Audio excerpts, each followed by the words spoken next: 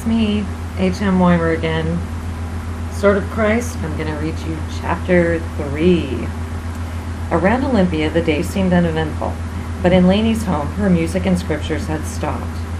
The voices outside her window became louder, and the guardian angels more on edge. Lainey laid silently as a new dream drifted into her mind. Her body, small and limp, drifted into a deep slumber which brought her to a beach. She felt the warmth, the sand, saw the brightness of the sun that was slowly being engulfed by looming dark clouds.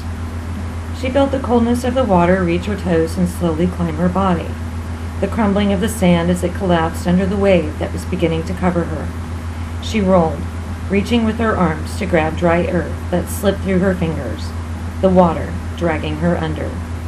She gasped for air as it completely swallowed her and pulled her in. Each grain of sand felt like every second of her life, every meaning of her life, drifting away out of her reach. She couldn't breathe. She couldn't find solid ground to grab onto. She couldn't find safety.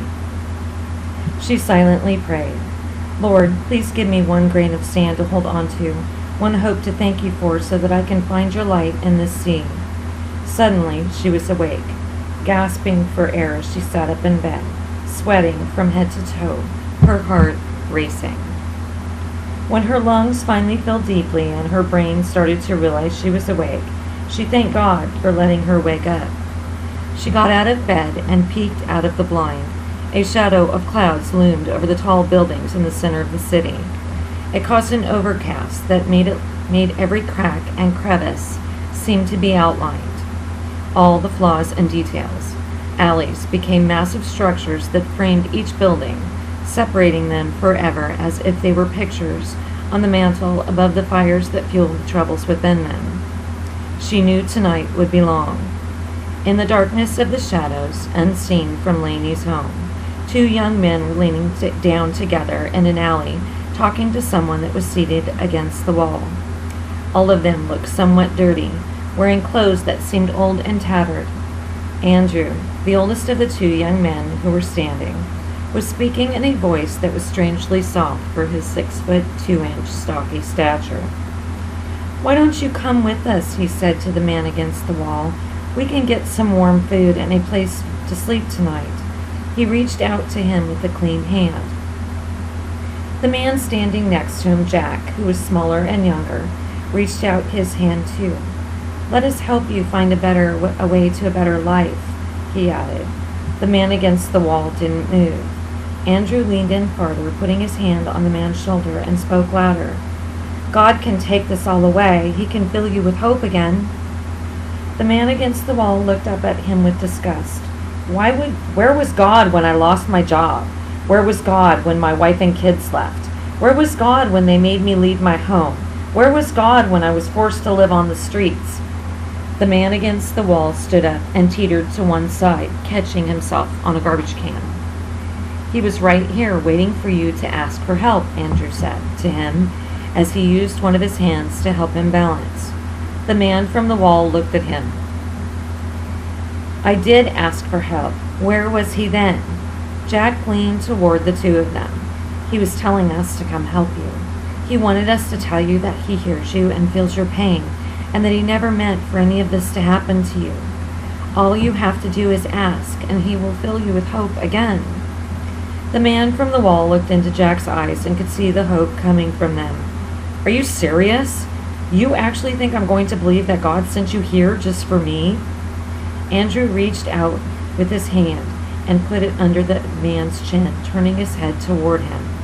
"Yes, God expects you to believe that." Jack reached and placed one of his hands on the man's hand and closed his eyes. They all stood still. Both Andrew and the other man watched Jack in silence for a moment until the man pulled his hand away.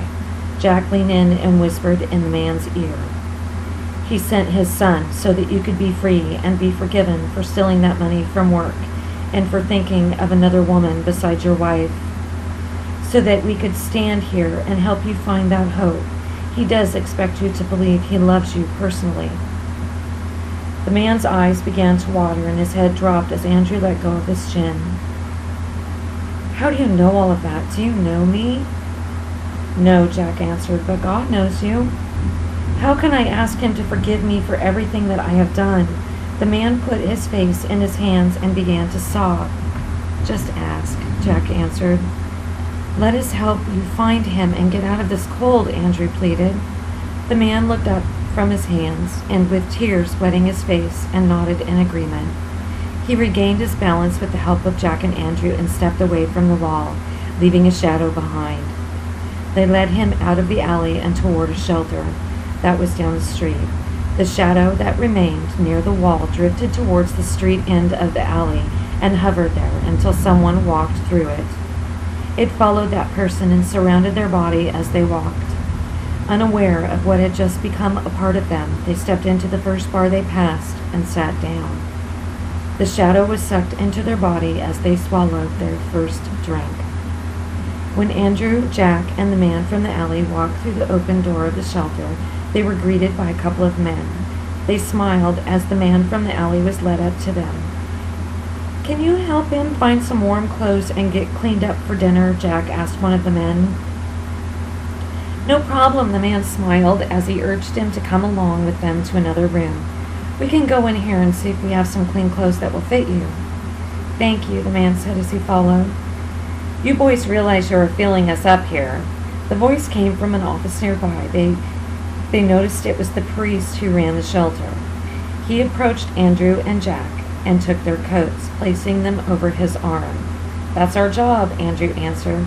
Did you expect us to slow down when you got full? Jack asked. The priest laughed.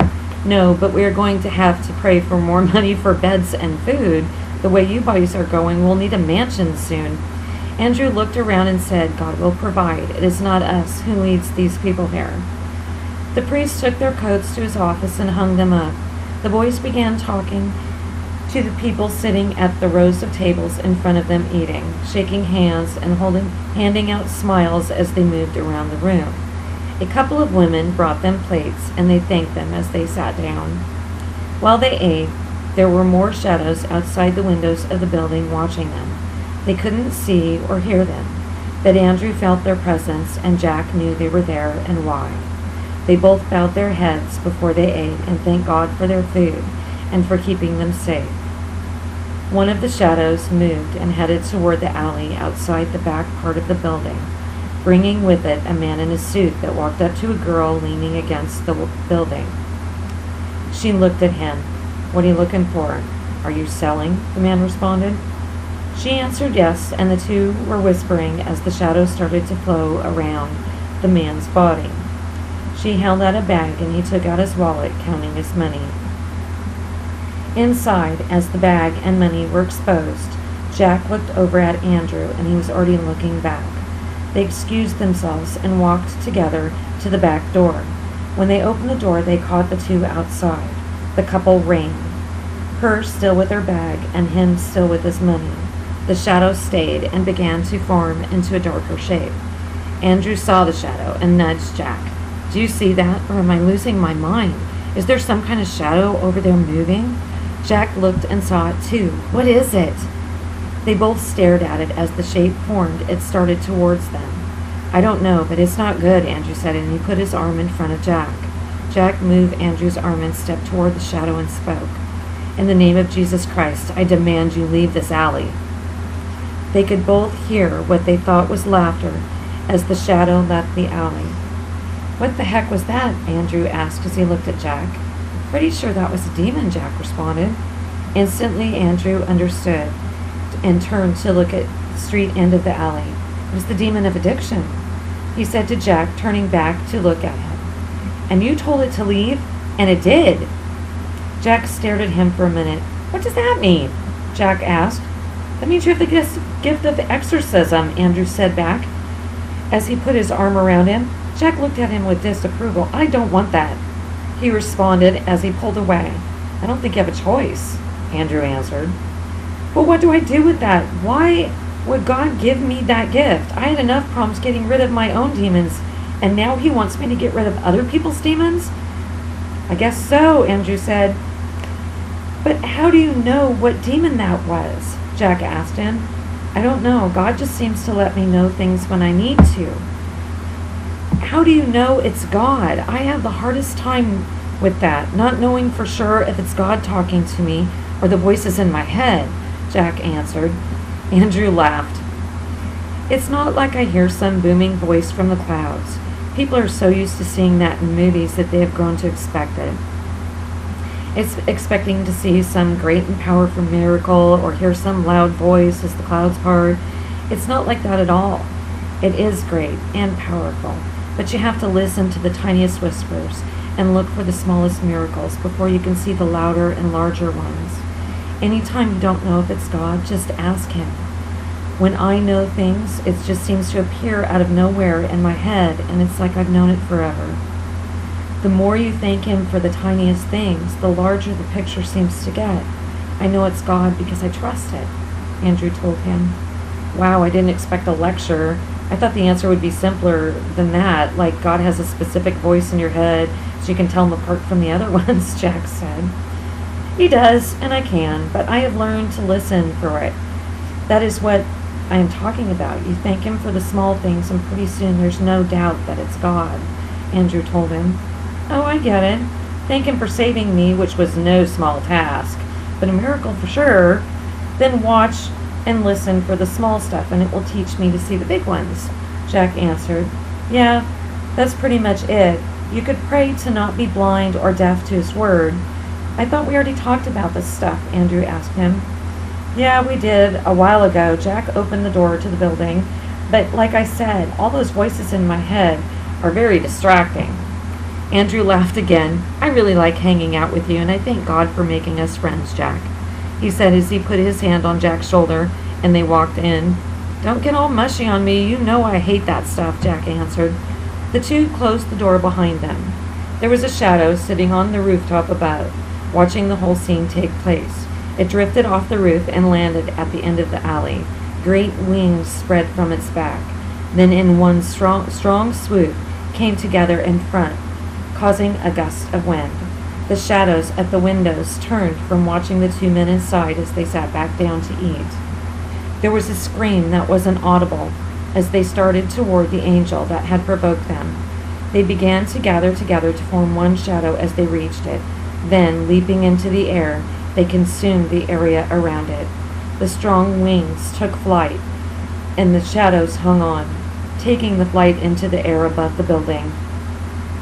Feathers were falling as the angel fought off the attack, and a bright light flashed as the shadow was thrown back, burst into flames and ashes that were littered down onto the street in front of the shelter.